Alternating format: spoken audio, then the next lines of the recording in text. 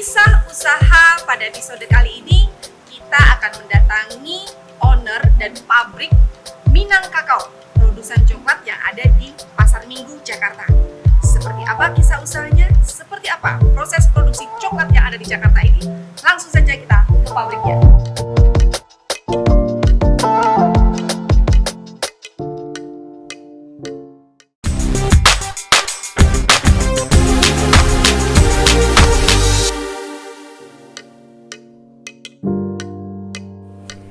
Siapa sih yang tak suka coklat? Cita rasanya yang khas membuat penikmatnya merasa lebih nyaman, bahagia, dan menyenangkan. Hal itu dikarenakan di dalam coklat ada banyak senyawa yang membuat perasaan lebih bahagia. Nah, tahukah sahabat kontan semua, jika di tengah kota Jakarta ada pabrik coklat yang cita rasanya sudah diakui dunia. Namanya Minang Kakao. Ini fasilitas produksi Minang Kakao yang ada di Pasar Minggu di Jakarta Selatan. Di sini kita memproduksi coklat menjadi end product ya. Kita memiliki pusat produksi yang dari biji kakao sampai setengah jadi itu ada di Sumatera Barat, di Kota Pariaman. Dan produk setengah jadi itu dikirim ke kita dalam bentuk seperti ini. Saya coba ambilkan beberapa sampel ya, contoh. Ini adalah produk yang setengah jadi yang dikirim dari Sumatera Barat. Produk ini kita olah menjadi olahan lebih lanjut ya, untuk menjadi coklat seperti itu. Jadi kita melakukan end produknya di sini. Nah, ini adalah mesin grinding, stone grinder ya, yang kita pakai untuk menghaluskan coklat untuk mendapatkan tingkat kehalusan sesuai dengan produk yang kita inginkan. Dan juga di sini nanti bisa campuran apakah ditambahkan gula ataupun ditambahkan dengan susu, itu tergantung dari varian yang akan kita inginkan. Nah, ini juga ada mesin tempering yang kita pakai. Dan disinilah produk untuk pembuatan coklat Minang Kakao. Kapasitas produksi kurang lebih dalam sebulan kita bisa memproduksi kurang lebih 1 ton coklat ya. Mudah-mudahan ke depan kita bisa tingkatkan, bahkan mungkin kita akan coba relokasi ya untuk bisa meningkatkan kapasitas produksi ke depannya. Lantas, bagaimana Afdal Aliazar, pemilik Minang Kakao, merintis usaha coklat ini? Halo sahabat kontan, nah saat ini aku sudah bersama Pak Afdal Aliazar. Beliau ini owner dari Minang Kakao, di mana coklat ini sudah dapat penghargaan dari kancah internasional. Nah, kayak apa sih Pak Afdal ini memulai usahanya? Dulu banker ya, dulu bank bertahun-tahun lamanya. Sekarang harus di agribisnis, tidak hanya di agribisnis, membina petani ya Pak ya. Iya. Sampai akhirnya bikin produksi coklat dengan kualitas yang nggak bisa diabaikan lah, pokoknya ini kualitasnya udah internasional gitu. Nah Pak, persisnya Minang Kakao ini berdiri tahun kapan gitu Pak? Minang Kakao itu berdiri sekitar 2016 ya. Oke. Awal kita melakukan trading biji kakao. Pada saat itu kita mengumpulkan dari petani, kemudian menjual ke pabrik. Namun berjalan kita menyadari bahwa ternyata di sektor hulu itu kita perlu perbaiki kualitas dari kakao yang ada di Indonesia. Karena banyak kakao yang tidak berkualitas, produk yang sampai ke pabrik itu ya seringkali di-reject atau seringkali mungkin dibeli hanya dengan harga yang tidak sesuai dengan apa yang kita harapkan. Jadi saya kemudian mulai turun di 2018 untuk membenahi kebun ya. Membenahi kebun kakao, mulai dari pembibitan. Lokasinya di mana Pak itu? Lokasi kita mulai waktu itu di Solo, di Sumatera Barat. Oke, Sumatera Barat ya. Tapi kemudian berkembang di Pariaman dan juga di daerah Tanah Datar. Jadi memang sesuai dengan namanya ya, Minang Kakao itu dia single origin Sumatera Barat. Hanya memproduksi coklat dengan biji kakao yang berasal dari Sumatera Barat. Nah ini Bapak sendiri belajarnya bagaimana? Setahu saya Bapak itu sekolahnya teknik, kemudian banker gitu kan, lama di perbankan, di finansial lah gitulah. Itu apa sih artinya memang kita melakukan sesuatu tidak melulu bidang kita, tapi bisa dipelajarin dalam prosesnya gitu. Seperti apa yang Bapak alami sampai di proses ini, Pak? Ya, memang belajar kakao, mulai dari kebun, pembibitan, sampai menjadi end product coklat ya, itu karena passion. Passion. Jadi karena passionnya memang ke situ, ya dijalanin aja. Saya baca jurnal, saya cari klon bibit yang terbaik, hubungi mereka yang ada para peneliti. Kita ajak peneliti dulu namanya di LIPI ya, untuk mencari bibit-bibit yang unggul. Kita praktekkan di kebun, dapatlah hasil yang bagus. Dan itu kita lanjutkan, kita pakai untuk menjadi bahan baku coklat yang berkualitas. Membuat coklat juga demikian. Bertanya kepada yang ahli, ya tentu berguru kepada mereka, belajar dari internet, belajar dari teman, tentu belajar dari pengalaman. Melakukan research di dapur gitu ya. Ini bikin coklat kenapa kok gagal? Kemudian akhirnya bisa mendapatkan banyak hal ya. Dengan cara seperti itu, ya tentu caranya lebih sistematis ya. Karena mungkin sudah terbiasa melakukan product development, jadi saya melakukan dengan lebih sistematis dan bisa menghasilkan produk yang alhamdulillah pada saat dipertandingkan di luar negeri mendapat penghargaan yang sangat baik. Di Paris ya waktu itu ya Pak ya? Di Paris pada tahun 2021. Jadi itu bertanding dengan coklat-coklat dari seluruh dunia. Iya, pada waktu itu ada 140 coklat, produk coklat yang dipertandingkan di Paris, berasal dari 40 negara. Dan Minang Kakao waktu itu adalah satu-satunya produk dari Indonesia, dan kemudian mendapatkan 3 medals di sana. Nah, ini kan Bapak sudah mempunyai proses ya, dari kebun, membuat produk yang benar-benar baik gitu ya. Memang kategori dari hasil petani kita sebelumnya seperti apa sih Pak? Kebanyakan kemudian menjadi kualitas yang baik itu sebenarnya pada umumnya coklat seperti apa sih? Jadi coklat yang kita makan di Indonesia ya rata-rata mungkin bisa kita temukan di supermarket atau di toko-toko pinggir jalan gitu ya. Itu adalah kita sebutnya compound. Compound itu sebenarnya bukan coklat, tapi adalah biji kakao yang kemudian diolah, dikeluarkan lemaknya, dan kemudian sisanya tadi menjadi digiling halus menjadi powder, dicampur dengan CPO. Itu yang banyak beredar di Indonesia. Rasanya ya rasa artificial, karena itu tambahan flavors segala macam. Tapi kalau kita ke luar negeri, kita dapatkan produk coklat ya, kok enak ya.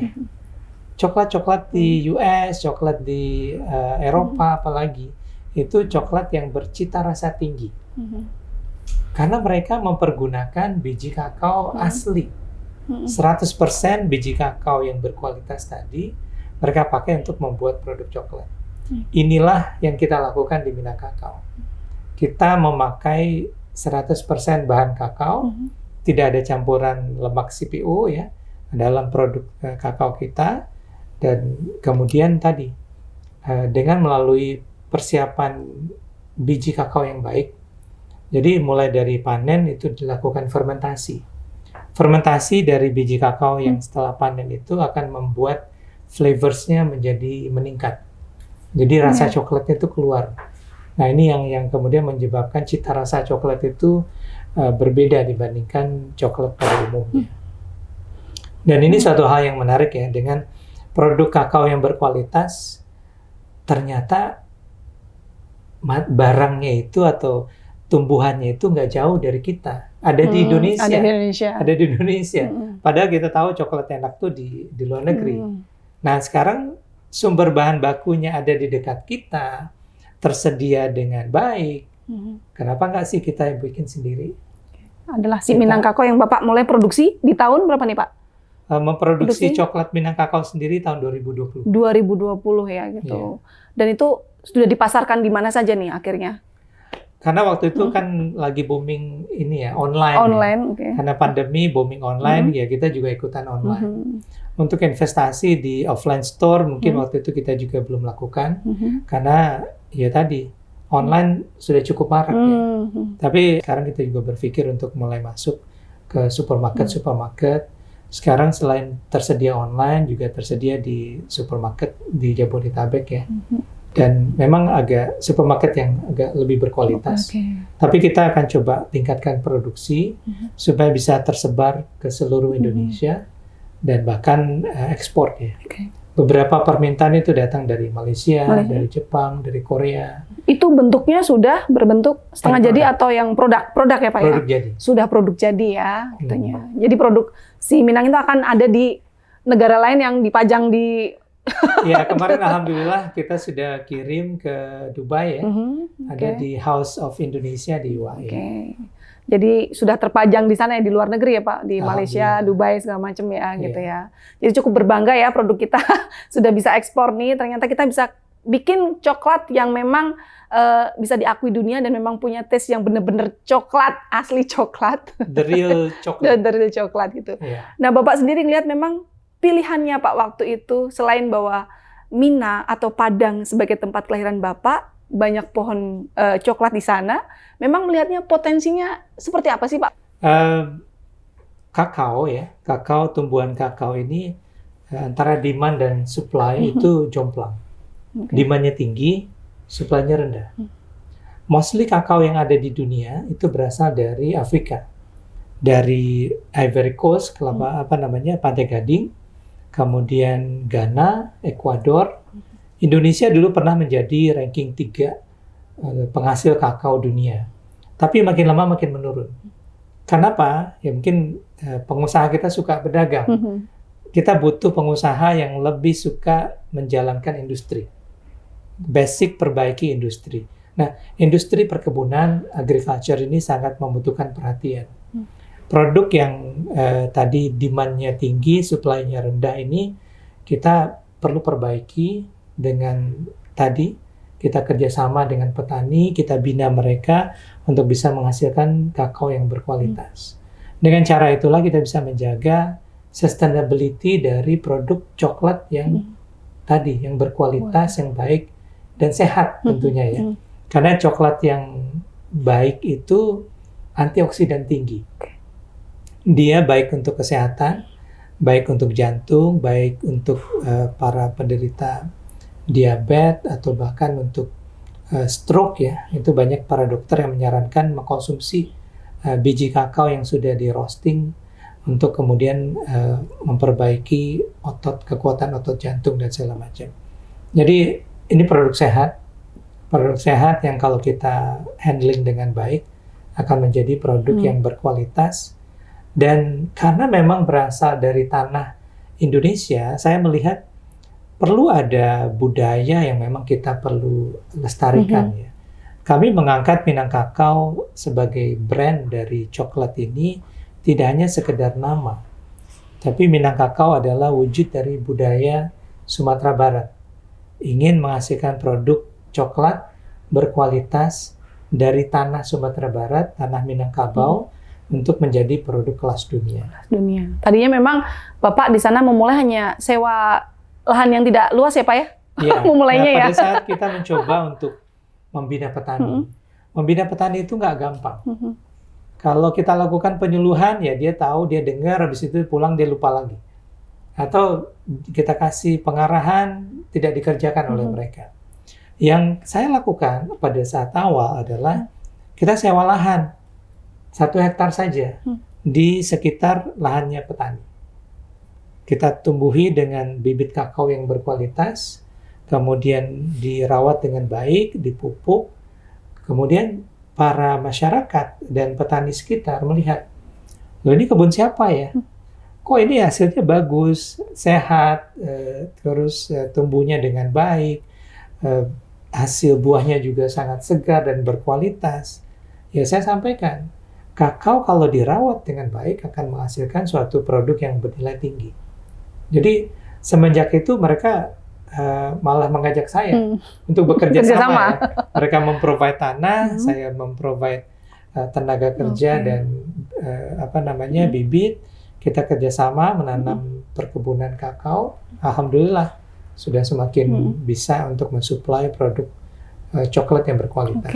Jadi petani sana juga ekonominya lebih meningkat lagi ya Pak ya? Betul, karena kita berkomitmen harga yang kita berikan kepada petani itu jauh di atas harga kakao yang normal mereka dibeli oleh para pedagang di pasaran.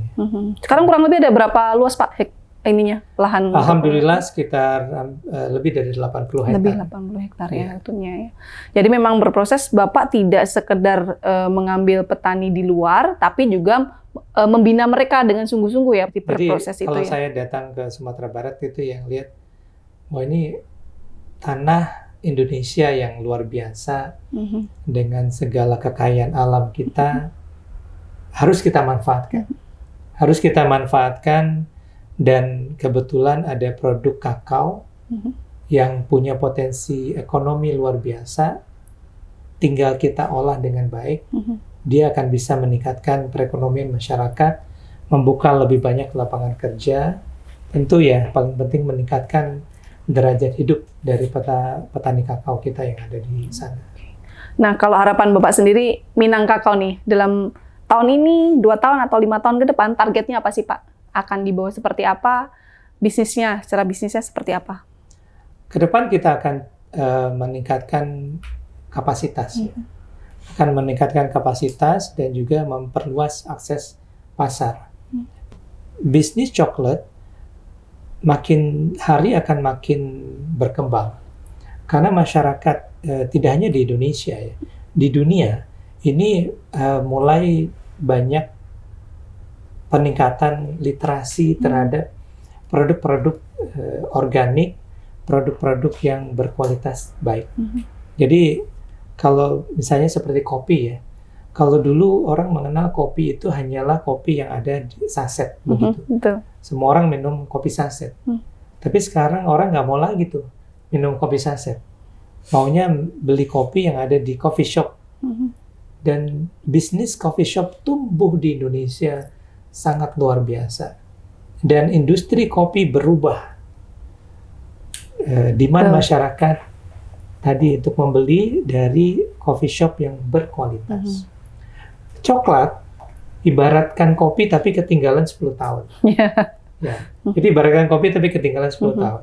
Ke depan masyarakat Indonesia maupun masyarakat dunia nggak akan mau lagi untuk memakan produk compound ya, yang berasal dari ampas kakao dengan campuran lemak sawit. Tapi mereka akan mencari produk yang sehat, yang berkualitas baik untuk dikonsumsi. Jadi memang kita harus terus meningkatkan literasi masyarakat ya, bahwa produk yang baik, sehat itu dekat dengan kita. Organik apalagi, kami dalam berkebun kakao menjaga betul bagaimana kebun ini bisa menghasilkan produk yang organik, baik untuk masyarakat dan para konsumen kita. Oke, nah ini mungkin pesan nih Pak buat pelaku UMKM yang mungkin sedang merintis usaha di bidang agribisnis ataupun dengan petani-petani yang saat ini mungkin berputus asa, tidak bisa menghasilkan hasil yang baik, terutama untuk di coklat atau mungkin potensi di teh atau di kopi, mungkin ada pesan khusus Pak? Ya, para UMKM kita memang perlu jiwa yang pantang menyerah ya. Karena hanya dengan pantang menyerah ini Anda bisa menghasilkan produk yang berkualitas. Namanya bisnis pasti akan diasah. Akan diasah dengan tantangan, challenge, dengan segala macam kesulitan, tapi pada saat kemudian kita bisa melampaui itu, dengan apa? Dengan berkolaborasi. Jadi yang saya lakukan itu adalah terjun masuk ke dalam community sebenarnya. Terjun masuk ke dalam community, saya bergaul di dalam komunitas para chocolatiers, berkenalan dengan chocolatiers dari Eropa, dari Amerika, dari Asia, saling berbagi informasi, saling membagi motivasi dan semangat ya. Ini kemudian sharing information terjadi. Pasar makin terbuka. Dan kemampuan kita untuk memproduksi produk yang baik, berkualitas, semakin mudah dilaksanakan. Nah ini yang perlu dilakukan oleh para UMKM pemula ya. Jadi modal utama itu sebenarnya adalah kerja keras. Kerja keras dulu. Modal utamanya adalah kerja keras, modal finansial bisa datang belakangan, banyak investor yang mungkin akan tertarik untuk berinvestasi di usaha Anda pada saat usaha itu sudah melihatkan kualitas yang baik. Baik. Ke depan Minang Kakao kita akan coba mengembangkan. Saya punya dream suatu saat bisa go public juga. Oke. Oh, Bisa go public, bisa kita bisa relocate ke fasilitas kawasan industri, bisa membuat fasilitas pabrik yang dengan kapasitas yang lebih tinggi, dan juga tidak hanya melayani di lokal ya. Kita akan supply produk kakao Indonesia menjadi produk coklat. Jadi kita jangan jualan biji kakao ke luar negeri, kita jualannya coklat. Karena kita olah di dalam negeri, mereka butuh apa kita bikinin di sini, baru kita jual end product. Karena value added-nya ada di situ. Harapannya tentu dengan produk coklat yang berkualitas, Indonesia punya raw materialnya, kita punya SDM-nya, kita kerjakan di sini, kita bisa menjadi suppliers coklat dunia. Oke. Baik, sahabat Kontan, demikian tadi obrolan ini dengan Pak Afdal, owner dari Minang Kakao. Semoga kisah usaha kali ini Minang Kakao, produsen coklat yang mengambil produk dari tanaman yang ada di Sumatera Barat dan diproduksi, itu ada di daerah Jakarta, Pasar Minggu ya Pak ya? Yeah. Oke, itu semoga bisa bermanfaat untuk para pelaku UMKM di Indonesia dan petani di Indonesia juga semakin maju. Dan demikian tadi, terima kasih Pak Afdal atas waktunya, sudah memberikan waktu kepada Kontan. Semoga sahabat Kontan selalu cuan.